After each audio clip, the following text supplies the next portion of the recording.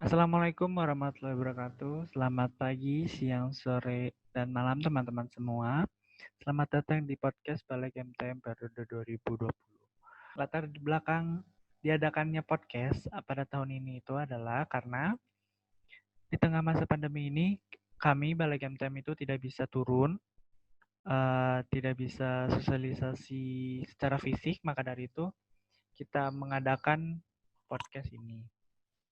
Nah, teknisnya itu nanti IGMTM biasanya itu akan membuat sebuah question sticker di mana nanti teman-teman semua bisa menanyakan perihal PO yang akan dibahas gitu. Jadi nggak hanya seputar PO sih, tapi nanti kita akan membahas misalnya tab MTM yang akan nanti dikeluarkan kalau misalnya ada tab MTM, nanti ada sosialisasi, ada ART juga insya Allah.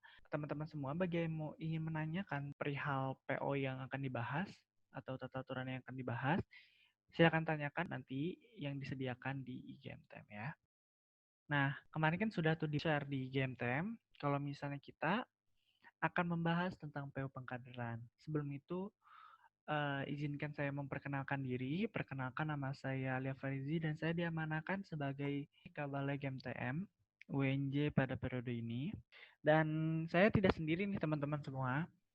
Saya di sini bersama dengan Ketua MTM UNJ 2020. Silakan memperkenalkan diri. Oke, siap Mas Ali. Ya, perkenalkan ya, nama saya Bagas Dwi Ajarwanto, biasa dipanggil Bagas. Diamanakan tahun ini sebagai Ketua MTM UNJ. Ya. Nah, sekarang nih teman-teman semua kita akan membahas PO nomor 2 tahun 2017 tentang pola pengkaderan Opmawa Universitas Negeri Jakarta. Kira-kira bahas apa aja sih Kak PO nomor 2 ini? PO nomor 2 ini banyak ya. Intinya ini nanti kita bakal ngebahas terkait alur pengkaderan ya, dari mulai tingkat prodi sampai tingkat universitas. Kalau di tingkat prodi itu ada yang namanya PMP ya, latihan kepemimpinan mahasiswa prodi gitu. Terus yang tingkat selanjutnya ada tingkat fakultas, yaitu ada PLMF dan ada PKMF gitu. Yang jenjangnya itu ada eksekutif dan ada legislatif. Terus yang tingkat universitas juga sama, ada jenjang eksekutif dan ada jenjang legislatif. Yaitu kalau jenjang eksekutif namanya PKMU. Ya, kalau di jenjang legislatifnya itu ada namanya PLMU. Ya, seperti itu yang bakalan kita bahas pada hari ini. Oke. Nah, jadi kesimpulannya adalah PO nomor 2 ini, PO nomor 2 tahun 2017 ini membahas tentang alur pengaderan OPMA UNJ yang meliputi PKKMB, pengaderan tingkat prodi, pengaderan tingkat fakultas, dan pengaderan tingkat pusat. Nah, untuk PKKMB ini kita nggak bahas terlalu dalam karena sudah punya PO tersendiri ya. Yang kita bahas di sini adalah tentang pengaderan tingkat prodi, tingkat fakultas, dan tingkat universitas. Alur pengaderan OPMA UNJ tersendiri itu dimulai dari PKKMB atau pengenalan kehidupan kampus mahasiswa baru, terus dilanjutkan oleh PKMP atau pengaderan daerah tingkat prodi, pengaderan selanjutnya itu pengaderan daerah tingkat fakultas dan pengaderan tingkat pusat. Nah, Opmawa itu dibagi dua, jadi pengaderannya itu juga dibagi dua, eksekutif dan legislatif. Nah, kalau boleh tahu apa aja nih Kak alurnya? Ya, untuk alurnya ya atau persyaratannya ketika ingin mengikuti pengkaderan ini sesuai dengan jenjangnya ya. Kalau misalkan teman-teman mahasiswa baru khususnya, ini wajib untuk akhirnya teman-teman itu ikut pelatihan pemimpinan mahasiswa prodi. Ini untuk persyaratan teman-teman semua untuk naik ke pelatihan tingkat selanjutnya, yaitu tingkat fakultas, yaitu PKMF ataupun PLMF. Dan di sini terdapat dua jenjang. Kalau misalkan di prodi itu hanya satu pelatihan saja, yaitu hanya PKMP saja. Karena kalau di prodi ini sifatnya general ya. Di dalam pelatihan tersebut itu ada pelatihan legislatifnya dan ada pelatihan eksekutifnya kayak gitu. Dan kalau udah masuk ke tingkat fakultas, ini terbagi menjadi dua sesuai dengan tupoksinya ya. Kalau misalkan teman-teman ingin mengetahui lebih lanjut terkait legislatif, maka nanti teman-teman akan diarahkan untuk mengikuti PLMF. Tapi kalau misalkan teman-teman ingin mengetahui tentang eksekutif, maka nanti diarahkan mengikuti PKMF seperti itu. Dan begitu pun juga universitas. Universitas juga memiliki jenjangnya masing-masing, yaitu ada pelatihan eksekutifnya, ada pelatihan tentang legislatifnya. Kalau misalkan di universitas, ya tadi yang saya seperti bilang di awal, Kalau di universitas itu kalau untuk legislatifnya itu ada PLMU. Terus kalau untuk eksekutifnya ini ada namanya PKMU. Sebelum akhirnya teman-teman mengikuti pelatihan di universitas, teman-teman itu harus ngikutin step by step-nya. Harus mengikuti PKMP, PLMF ataupun PKMF, baru teman-teman bisa masuk ke pelatihan jenjang universitas. Dan dalam pelatihan tersebut juga muatannya berbeda-beda ya, sesuai dengan kebutuhannya. Kalau misalkan teman-teman di tingkat prodi, ini lebih kepada kepemimpinannya. Tapi kalau misalkan udah masuk dalam fakultas, ini lumayan agak berat materi muatannya. Terus kalau misalkan udah di tingkat universitas, lebih berat daripada fakultas karena nanti bakalan mengkaji cara umum ya, cara isu-isu negara itu bakalan nanti dibahas di pelatihan tingkat universitas seperti itu. Oke, jadi saya simpulkan dulu ya Kak. Jadi kesimpulannya itu untuk pengadilan itu kan dibagi menjadi dua, eksekutif dan legislatif. Nah, untuk di tingkat prodi itu Betul. legislatif sama eksekutif itu bersatu. Jadi masih PKMP, pelatihan kepemimpinan mahasiswa prodi. Materinya pun dari eksekutif ada, dari legislatif ada. Jadi disatuin ya. Terus untuk tingkat selanjutnya itu baru dipisah. Pengadilan daerah tingkat fakultas itu jadi dipisah, eksekutif pelatihan kepemimpinan mahasiswa fakultas, sedangkan legislatif pelatihan legislatif mahasiswa fakultas. Dan di universitas itu untuk eksekutif itu pelatihan kepemimpinan mahasiswa universitas, dan untuk legislatifnya jadi pelatihan legislatif mahasiswa universitas. Nah, jadi PLMU. Nah, pengadilan tingkat prodi ini disebutkan bahwa pengadilan daerah tingkat prodi merupakan pelatihan mahasiswa Universitas Negeri Jakarta (UNJ) tingkat prodi yang diselenggarakan dan diarahkan untuk membekali, meningkatkan dan mengembangkan kompetensi mahasiswa UNJ tingkat program studi dalam bidang kelegislatifan dan keeksekutivan. Jadi punya tujuan gitu loh kenapa ada PKMP. Pengadilan tingkat prodi ini punya fungsi apa sih Kak? Pelatihan tingkat prodi ini memiliki banyak fungsi ya. Kurang lebih kita ada 4 fungsi. Fungsi yang pertama, sebagai pengembangan potensi jati diri mahasiswa sebagai insan akademis, calon ilmuwan, dan intelektual yang berguna di masa depan. Terus yang kedua, pengembangan pelatihan keterampilan organisasi, pemerintahan baik legislatif maupun eksekutif, manajemen dan kepemimpinan mahasiswa di tingkat prodi. Terus yang ketiga, pembinaan dan pengembangan mahasiswa UNJ yang menunjang rangka klasifikasi nasional Indonesia.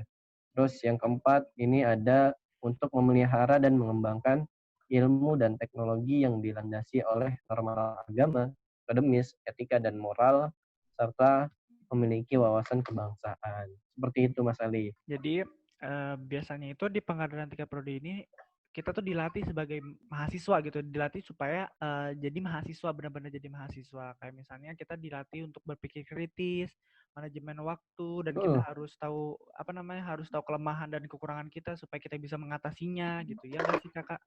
Betul, betul. Karena ketika teman-teman baru masuk perkuliahan, ini yang dibutuhkan adalah bagaimana caranya teman-teman mengimplementasikan kemampuan teman-teman itu biar seimbang di kampus. Karena ketika teman-teman di SMA masuk ke dalam dunia kampus itu budayanya sangatlah berbeda kayak gitu. Kalau misalkan di SMA kita masih bisa main-main, kita masih bisa tidur-tiduran, masih bisa rebahan, tapi kalau misalkan udah masuk ke dunia kampus, ini teman-teman meminimalisir semua kegiatan yang mengarah kepada kegabutan. Gitu. Kayak adanya pelatihan ini untuk akhirnya mengasah kemampuan teman-teman semua, kayak bagaimana cara mengolah diri teman-teman, terus mengolah manajemen teman-teman, dan melatih soft skill dan hard skill dari teman-teman itu sendiri. Seperti itu. Jadi itu ya intinya. Terus pengadilan tingkat prodi ini itu dilaksanakan dengan memperhatikan kebutuhan mahasiswa prodi. Jadi nggak hanya semena-mena buat PKMP tuh dibuat acaranya itu dengan tidak memperhatikan kebutuhan prodi, suka-suka panitianya, enggak kayak gitu. Tapi kita memperhatikan kebutuhan mahasiswa prodi. Jadi teman-teman kan udah melaksanakan lokakarya kaderisasi ya. Jadi nanti itu kalian tuh mendengar, menyerap aspirasi dari mahasiswa prodinya, terus sampaikan ke saat pelaksanaan, bukan pelaksanaan, pelaksanaan ya, pelaksanaan Lokakarya. hearing ya, pelaksanaan hearing dulu.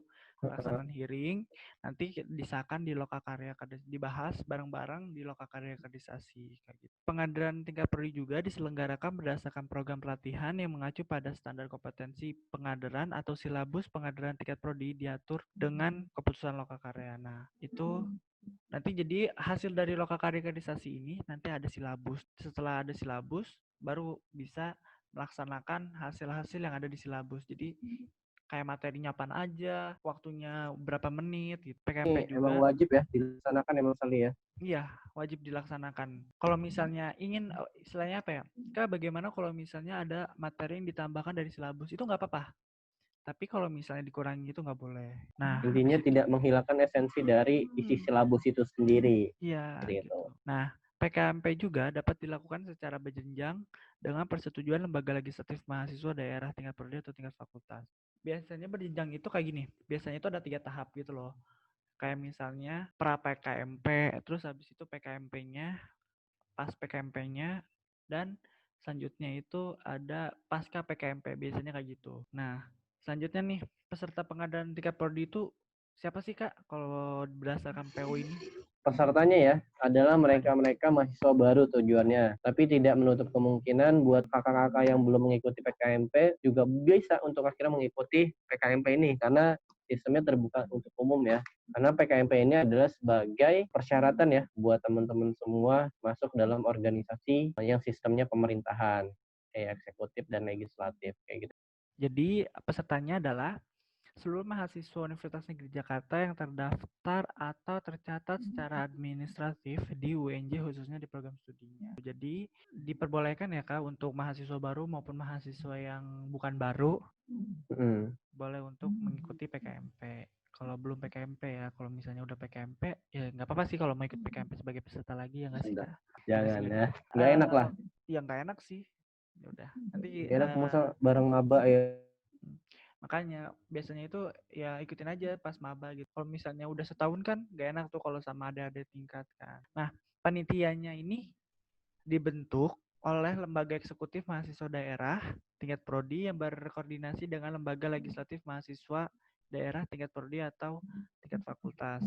Nah, syarat-syaratnya itu pasti mahasiswa Universitas Negeri Jakarta yang terdaftar atau tercatat secara administratif di UNJ khusus prodinya dan telah lulus pengadilan tingkat prodi.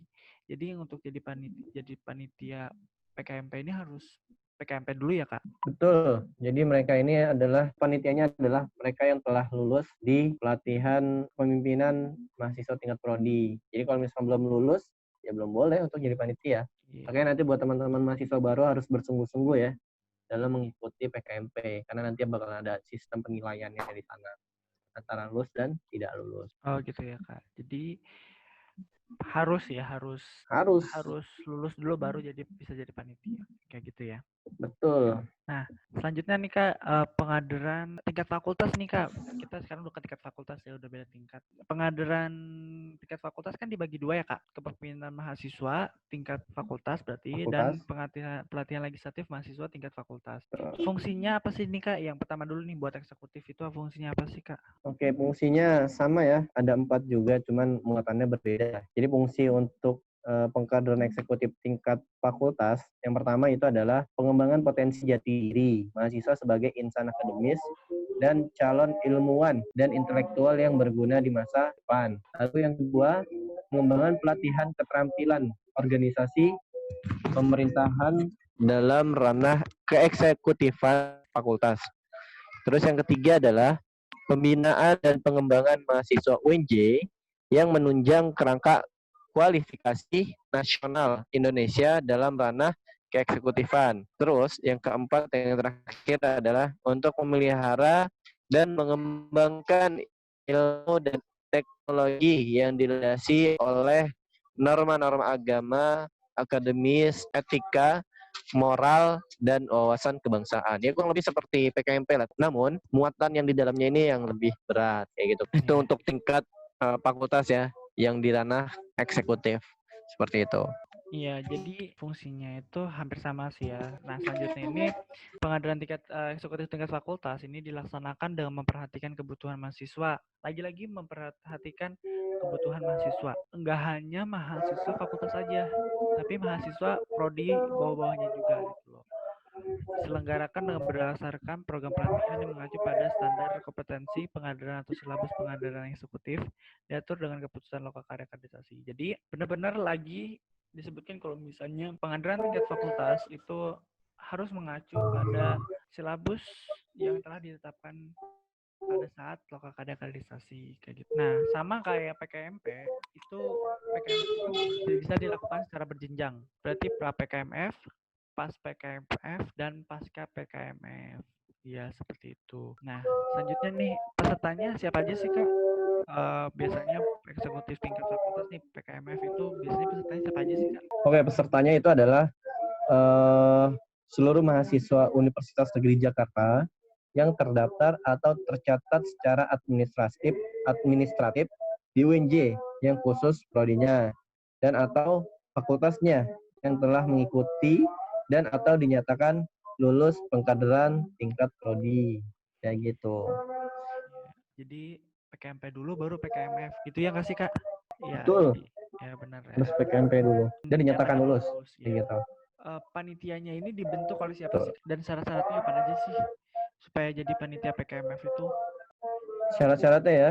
Yang pertama adalah mahasiswa Universitas Negeri Jakarta yang terdaftar atau tercatat secara administrasi di UNJ khususnya fakultasnya.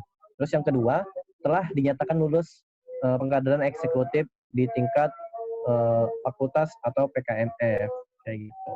Ya, lagi-lagi kalau misalnya udah lulus baru boleh jadi panitia. Nah, dibentuknya itu oleh lembaga eksekutif mahasiswa daerah tingkat fakultas. Berarti yang memegang kendalinya adalah Departemen Kaderisasi atau sejenisnya di tingkat fakultasnya. Biasanya Departemen Kaderisasi ya, Kak. Betul. Biasanya PSDM ya, kaderisasi biasanya. PSDM atau kaderisasi atau Fakultas. sejenisnya ya, Kak. Sarana dan fungsi-fungsi PKMF itu berlaku secara mutatis dan mutandis itu untuk PLMF. Untuk panitia pelatihan legislatif itu dibentuk oleh siapa dan syaratnya apa aja sih, Kak?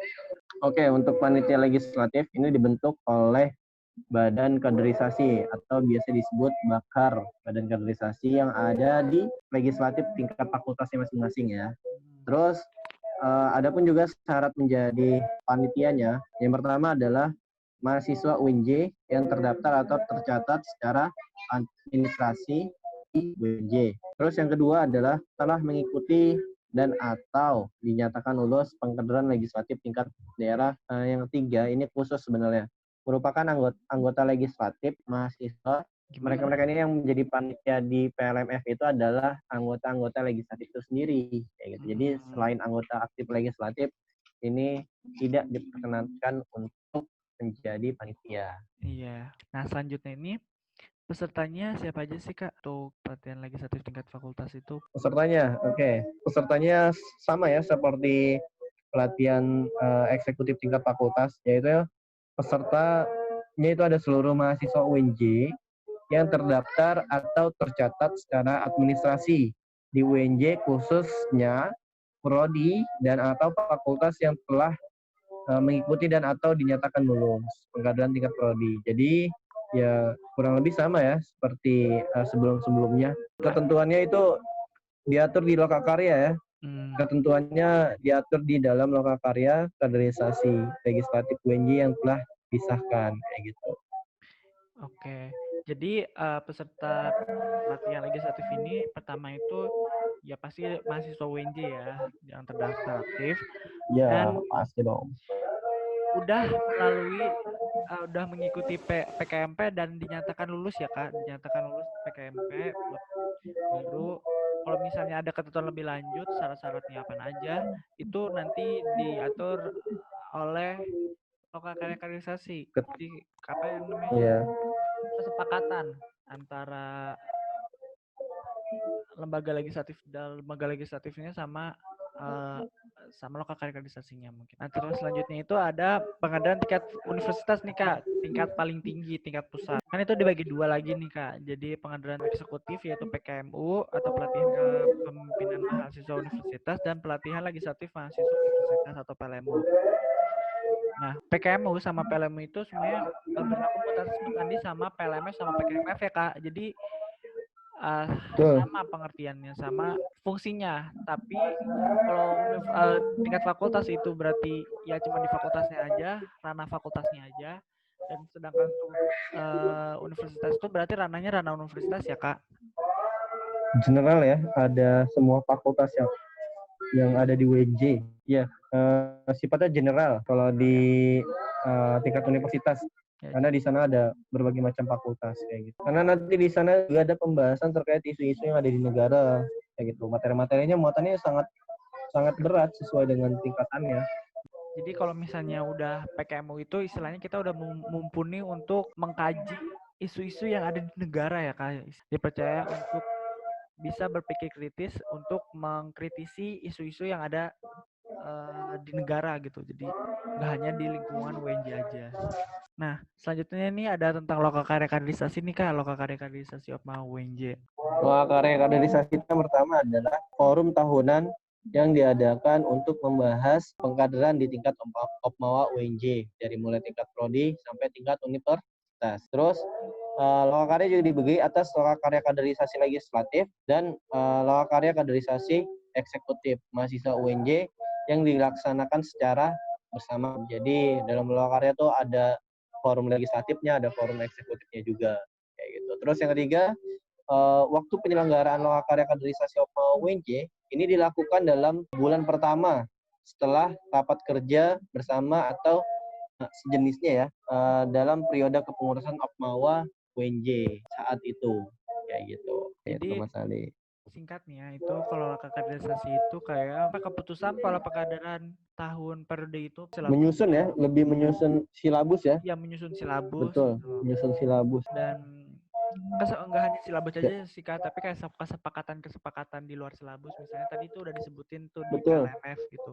Kayak pesertanya pesertanya itu di apa namanya? Pesertanya itu diatur lebih lanjut kayak gitu. Dan waktu penyelenggaraan lokakarya kaderisasi juga itu nggak boleh lebih dari 1 bulan ya Kak, 1 bulan setelah RKB gitu. Jadi bulan pertama saat setelah RKB berlangsung kayak gitu. Nah, anggota lokakarya kaderisasi ini dibagi jadi 2 ya Kak, tadi udah disebutin kalau misalnya anggota lokakarya kaderisasi ini dibagi 2, jadi itu perwakilan antara legislatif dan eksekutif. Nah, yang bertanggung jawab atas kaderisasinya ya Kak, berarti kalau misalnya legislatif biasanya itu badan kaderisasinya atau sejenisnya ya, badan kaderisasi atau sejenisnya, dan untuk eksekutifnya itu biasanya departemen kaderisasi atau sejenisnya Kak, biasanya PSDM dan lain-lain biasanya. Betul, yang berhubungan langsung pada pengkaderan ya. Seperti yang disebutkan gitu ya Kak, secara ringkas kalau misalnya tugas dan kewajiban lokakarya kaderisasi itu kan dibagi 2. Lokakarya kaderisasi legislatif itu apa aja sih Kak, tugas dan kewajibannya serta wewenangnya ya Kak? Oke, yang pertama ya, tugas dan kewajiban lokakarya kaderisasi legislatif mahasiswa UNJ. Yang pertama, merencanakan pengkaderan dan hal-hal yang berkaitan dengan pengkaderan legislatif yang ada di UNJ. Terus yang kedua, merencanakan muatan materi pola pengkaderan legislatif, bagaimana materinya, contoh materi A, B, dan C ya, selanjutnya kayak gitu. Terus yang ketiga, merencanakan dan membuat silabus pengkaderan legislatif Opmawa UNJ. Nah, ini merencanakan dan membuat silabus itu secara bersama-sama oleh anggota legislatif se-UNJ. Terus yang keempat yaitu kayak misalnya fakultas A itu timeline-nya kapan, fakultas B itu timeline-nya kapan, lebih kepada transparan dari pengkaderan wilayahnya masing-masing. Lalu yang kelima yaitu mengevaluasi pelaksanaan pengkaderan legislatif Opmawa UNJ. Nah, ini pasti dalam sebuah acara pasti ada plus dan minusnya. Makanya di kelima ini coba kita mengevaluasi ini kekurangannya apa, kelebihannya apa, sehingga di tahun berikutnya ini tidak melakukan kesalahan yang sama kayak gitu. Terus wewenangnya apa? Wewenang lokakarya kaderisasi legislatif yang pertama adalah membuat kebijakan yang berkaitan dengan pengkaderan daerah maupun pusat yang berkaitan dengan legislatifan, yaitu dari mulai fakultas hingga universitas, dari prodi hingga universitas. Terus yang kedua, menentukan waktu pelaksanaan pengkaderan seluruh Opmawa UNJ yang berkaitan dengan kelegislatifan. Itu yang tadi saya bilang di atas, yaitu menentukan timeline nih dari tiap-tiap fakultas mau melakukan pelatihan legislatifnya itu di tanggal berapa. Gitu. Jadi kayak gitu Mas Ali kurang lebihnya. Intinya kalau misalnya tugas dan kewajiban serta wewenangnya lokal karya untuk legislatif nih, itu merencanakan dengan secara benar-benar ya Kak, tentang pola pengkaderan legislatif itu, dari materinya, timeline-nya, bahkan sampai evaluasinya ya kita lakukan juga. Sama seperti legislatif, eksekutif pun intinya adalah tugas kewajiban serta wewenangnya itu adalah membuat perencanaan kebijakan semua hal tentang pola pengkaderan eksekutif. Jadi dari timeline-nya, materinya, sama persyaratannya apa aja seperti itu. Jadi semua kebijakan dan aturan yang ada di pola pengkaderan eksekutif dari tingkat prodi sampai tingkat pusat itu diatur di lokal kaderisasi kayak gitu. Nah selanjutnya ini tentang pengakuan kualifikasi kompetensi pengadilan nih Kak. Nah biasanya itu pengakuan kualifikasi kompetensi pengadilan ini berupa apa sih Kak? Pertama berupa tanda tangan ya, tanda tangan jasa, sertifikat ataupun piagam atau sejenisnya. Itu pengakuan kualifikasi bahwasanya dia telah mengikuti dan dinyatakan lulus.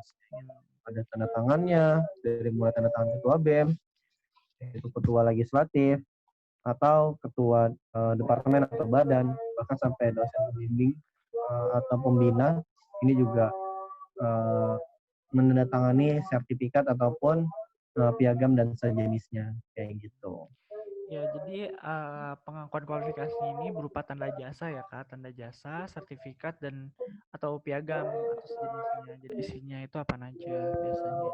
Dan pengakuan kualifikasi kompetensi pengadilan itu ada jalannya ya Kak, ada jalannya. Maksudnya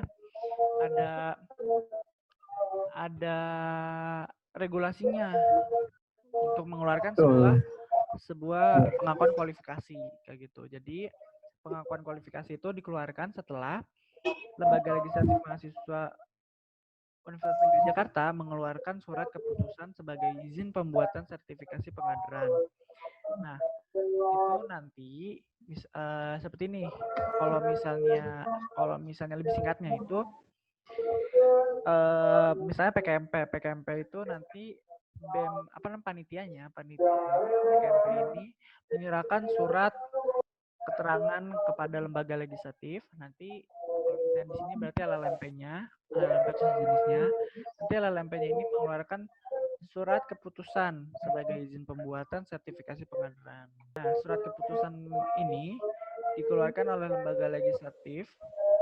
Kalau misalnya PKMP tingkat prodi, berarti kalau misalnya PKMP berarti tingkat prodi ya. Disepakati oleh lembaga eksekutif prodi dan diketahui oleh lembaga legislatif dan eksekutif tingkat fakultas. Jadi sertifikatnya itu nanti isinya adalah tanda tangan ketua BEM, ketua LLMP atau jenisnya. Kalau misalnya dan biasanya itu sama ketua departemen, atau biasanya itu kalau di prodi saya nih Kak, prodi saya itu ada dosen pembimbing sama prodi, biasanya seperti itu sih Kak. Terus apabila prodi tidak memiliki lembaga legislatif tingkat prodi, maka dilimpahkan kepada lembaga legislatif tingkat fakultas. Jadi kalau misalnya nggak ada lembaga legislatif tingkat prodinya, maka akan dilimpahkan ke legislatif tingkat fakultasnya. Dari mulai pengawasannya, perencanaannya sampai evaluasinya itu nanti bakal diawasi atau dilakukan controlling oleh legislatif tingkat fakultas, yaitu BPM ya. Kalau misalnya fakultas itu BPM, tapi kalau misalnya prodi berarti DPM-nya atau LLMP-nya ya Kak. Pengakuan kualifikasi ini itu harus dikeluarkan paling lambat 2 minggu setelah penyerahan SK. Setelah lembaga legislatif itu mengeluarkan SK surat keputusan itu paling lambat 2 minggu setelah SK dikeluarkan, panitia penyelenggara pengadilan itu harus mengeluarkan pengakuan kualifikasinya yang itu berupa tanda jasa dan sertifikat atau piagam ya Kak jenisnya. Kelayakan pengakuan kualifikasi ini berupa tanda tangan ya Kak. Jadi isinya itu tanda tangan itu siapa aja sih Kak kalau boleh tahu? Kalau untuk tingkat prodi itu isinya apa sih Kak? Isi tanda tangannya oleh siapa aja? Oke, isi tanda tangan ini aneh ya. Piagam, sertifikat atau sejenisnya. Yang pertama itu ada tanda tangan ketua panitia, ketua BEM atau sejenisnya, ketua LLMP atau sejenisnya yang mengetahui ketua prodi sesuai dengan prodinya. Ya, jadi kalau itu misalnya untuk PKMP. Untuk PKMP, kalau misalnya nggak ada LLMP-nya nih Kak, itu dilimpahkan kepada Kafrak Prodi di fakultas ya Kak. Betul. Nah prodi yang ada di fakultasnya. Ya. Kalau LMF itu dari tanda tangannya siapa aja sih Kak kalau boleh tahu? Kalau untuk PLMF ini yang pertama itu ada tanda tangan dari ketua pelaksananya, ketua BPM-nya, dan serta juga mengetahui pembimbing dari BPM itu sendiri. Jadi ada 3 nanti tanda tangannya. Nah selanjutnya untuk PKMF itu hampir sama kayak PLMF, jadi bedanya itu ini BMF-nya ya. Jadi ketua panitia, ketua BMF, sama mengetahui pembimbing BMF-nya atau WD3-nya. Biasanya WD3 yang ituin. Nah, untuk PLMU dan PKMU ini seperti apa sih Kak kalau boleh tahu? Iya, jadi ada 2 ya. Ada PKMU dan ada PLMU. Jadi untuk PLMU ini ada tanda tangan dari ketua panitia, ketua MTM, dan mengetahui PR3-nya langsung. Jadi kalau PKMU-nya sama ya seperti PLMU, cuman hanya saja dia ditandatangani oleh ketua BEM-nya, lalu tanda tangannya oleh ketua pelaksana acara tersebut, dan ditandatangani juga oleh wakil rektor 3 kayak gitu. Jadi sama, cuman beda ya, ketua-ketuanya aja. Selanjutnya itu nih, surat keputusan PLMF itu dikeluarkan oleh lembaga legislatif tingkat fakultas, disepakati oleh lembaga legislatif tingkat univ, dan atau ketua fraksi fakultas di MTM. Ini PKMF ya? Oke. Kalau untuk PKMF ini dikeluarkan oleh lembaga legislatifnya tingkat fakultas dan disepakati bersama lembaga ekse tingkat fakultas kayak gitu, dan diketahui lembaga legislatif dan eksekutif tingkat universitas. Jadi semuanya main dari tingkat fakultas sampai universitas. Kalau misalnya PKMU dan PLMU karena udah tingkat pusat, jadi cukup dikeluarkan oleh lembaga legislatif tingkat universitas ya Kak. Betul. Cukup lembaga legislatif tingkat universitas saja. Lagi-lagi tadi lokal kaderisasi itu disebutkan untuk apa ya? Istilahnya untuk menentukan pola pengadilan Opmawa nih. Jadi ketentuan cara pembuatan surat keputusan itu diatur dalam lokal karya kaderisasi dengan persetujuan lembaga legislatif mahasiswa UNJ yang disahkan oleh lembaga legislatif mahasiswa UNJ bersama lembaga eksekutif mahasiswa UNJ. Jadi dalam lokal kaderisasi itu kan ada 2 tuh, legislatif dan eksekutif, 2 pihak. Nah, itu menentukan tata cara pembuatan surat keputusan, biasanya seperti itu. Nah, karena kita sudah rangkuman nih Kak, kita sekarang berlanjut ke pertanyaan-pertanyaan yang sudah ditanyakan oleh teman-teman semua ya Kak. Kita coba pertanyaannya apa aja. Kita lihat pertanyaannya apa aja. Pertanyaan yang pertama itu, jika panitia yang bukan aktif Opmawa akan tetap dianggap dalam kepanitiaan atau gimana? Ini kan tentang kepanitiaan ya, yang dimana di situ tertera Opmawa ya.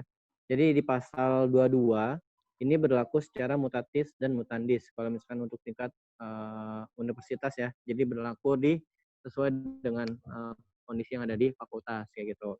Jadi sesuai dengan pasal 22 yang bunyinya gini ya, berlaku mutatis mutandis terhadap pasal 11 sampai dengan 15 untuk kepanitiaan legislatif. Itu adalah anggota aktif legislatif. Namun berbeda halnya dengan panitia pelatihan eksekutif gitu. Kalau untuk panitia pelatihan eksekutif itu diperbolehkan bukan anggota Opmawa, namun harus disesuaikan dengan ketentuan yang tercantum dalam peraturan nomor 2 tahun 2017 tentang pola pengkaderan Opmawa UNJ kayak gitu. Kalau misalkan ada ketentuan-ketentuan yang melanggar dari PO nomor 2 ini, maka ya otomatis nanti nggak bakal bisa seperti itu. Oke, selanjutnya nih. Ada pertanyaan ini nih Kak, kalau belum ikut PLMF boleh ikut PLMU dulu nggak? Itu seperti yang udah saya sebutkan tadi, kalau di PLMU itu ada persyaratannya. Peserta-pesertanya itu harus telah mengikuti dan atau lulus pengadaan tingkat fakultas. Perihal delegasi nih Kak, delegasi. Terus apakah 3 orang delegasi? Nah, maksudnya delegasi itu apa ya Kak kalau boleh tahu? Di dalam kaderisasi kan di situ dicantumkan ya bahwasanya harus ada delegasi dari masing-masing lembaga. Contoh kalau misalkan itu pengkaderan legislatif, maka harus ada delegasi dari badan eksekutif juga, yaitu sebanyak 3 orang. Begitupun juga sebaliknya kalau misalkan ada pengkaderan tingkat eksekutif fakultas, ini harus ada delegasi juga dari lembaga legislatifnya. Jadi di dalam lokakarya itu diperbolehkan untuk akhirnya memberikan delegasi kayak gitu ya. Minimalnya 3 orang BPH ataupun anggota dari masing-masing lembaga itu sendiri. Seperti itu Mas Lee.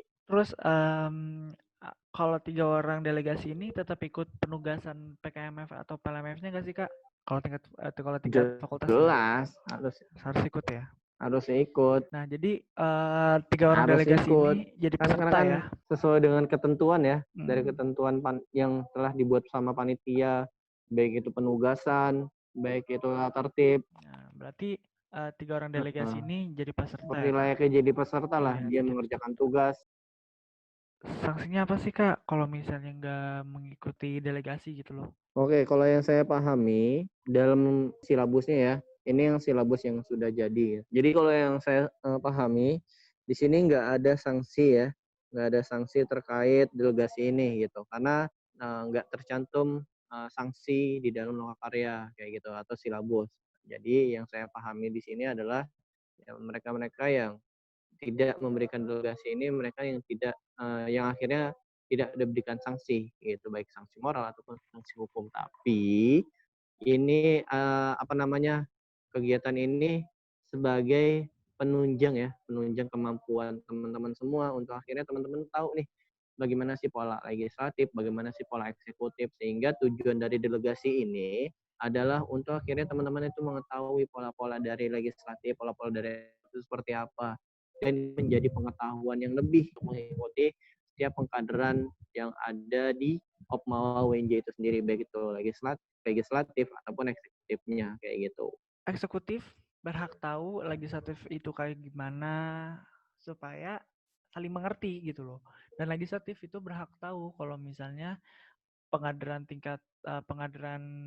di eksekutif itu seperti apa. Jadi istilahnya itu biar kita saling mengerti, kita supaya saling mengerti fungsi legislatif itu apa aja, fungsi eksekutif itu apa aja. Jadi kita istilahnya biar bisa saling memahami dan kita bisa menjalankan fungsi kita masing-masing dengan enak, dengan nyaman, karena kita saling mengerti. Jadi nggak ada gedek-gedekan, nggak ada marah-marah. PO nomor 2 tahun 2017 ini membahas tentang pola pengadaran baik itu dari prodi sampai tingkat universitas. Dan Betul. semuanya itu menyangkut tentang aturan-aturan siapa aja yang jadi peserta, siapa aja yang jadi panitia, pengadilan itu apa aja, fungsinya apa aja, itu semuanya ada. Dan kita udah ngejelasin ya Kak, ngejelasin secara gamblang Betul. fungsi dan Makna dari pengadilan itu apa aja. Seperti itu ya Kak. Nah, betul. mungkin Semoga juga bisa dipahami ya oleh teman-teman semua ya. ya semoga bisa paham ya teman-teman semua. Dan kalaupun ada pertanyaan-pertanyaan lagi bisa menanyakan ke badan kaderisasi ya Kak. Kalau misalnya untuk pengadilan badan kaderisasi, dan kalau misalnya itu juga bisa ke badan legislasi juga ya Kak. Kalau Itu. menyangkut tentang peraturan ya, Ya, ke tentang badan peraturan itu bisa legislasi. badan legislasi. Dan nanti kalau misalnya untuk lokal Betul. kaderisasi dan itu nanti bisa langsung ditanyakan ke badan kaderisasi. Seperti itu ya Kak. Betul. Ini sih langsung ke badan kaderisasi MTM atau departemen kaderisasinya Dagri ya. Dagri. Kalau Dagrinya BEM kayak gitu. Karena mereka yang menyelenggarakan lokal kaderisasi. Jadi mereka yang mengerti isi dari lokal kaderisasi itu apa aja, hasilnya apa aja, seperti itu ya Kak. Betul Mas Ali. Mungkin kita cukupan aja kali Kak podcast kali ini. Nantikan podcast selanjutnya tentang nanti deh Peraturan-peraturan lainnya ya. buat penasaran teman-teman dulu aja ya Kak. Apa sih Betul. podcast selanjutnya itu seru pasti seru banget. Ya nggak sih bahas ini aja pas Karena baru nanti pembicaranya banyak ya katanya ya. Nanti banyak insya pembicara Allah. Beda-beda nggak saya nggak Bagas aja gitu. Nanti kita ganti-ganti. pembicara-pembicara yang lebih kece lagi. Iya mantap. Tapi saya diganti nggak ya? Semoga Saya juga diganti nggak ya? nggak tahu, saya juga bingung. Semoga saya nggak diganti ya Kak. Makasih Kak Bagas sudah menemani saya dalam podcast hari ini. Sama-sama Kak Ali. Kita cukupkan pada podcast kali ini dengan mengucap alhamdulillahirobbilalamin ya Kak. Alhamdulillahirobbilalamin. Saya Alia Fadizi selaku Ketua Balai GMTM mohon undur diri. Selamat siang, selamat pagi, selamat sore, selamat malam teman-teman semua. Ditunggu di podcast Balai GMTM selanjutnya. Terima kasih. Assalamualaikum warahmatullahi wabarakatuh. Waalaikumsalam warahmatullahi wabarakatuh. Terima kasih teman-teman semua. Semoga bermanfaat. Kurang lebihnya mohon maaf ya. Viva Legislativa.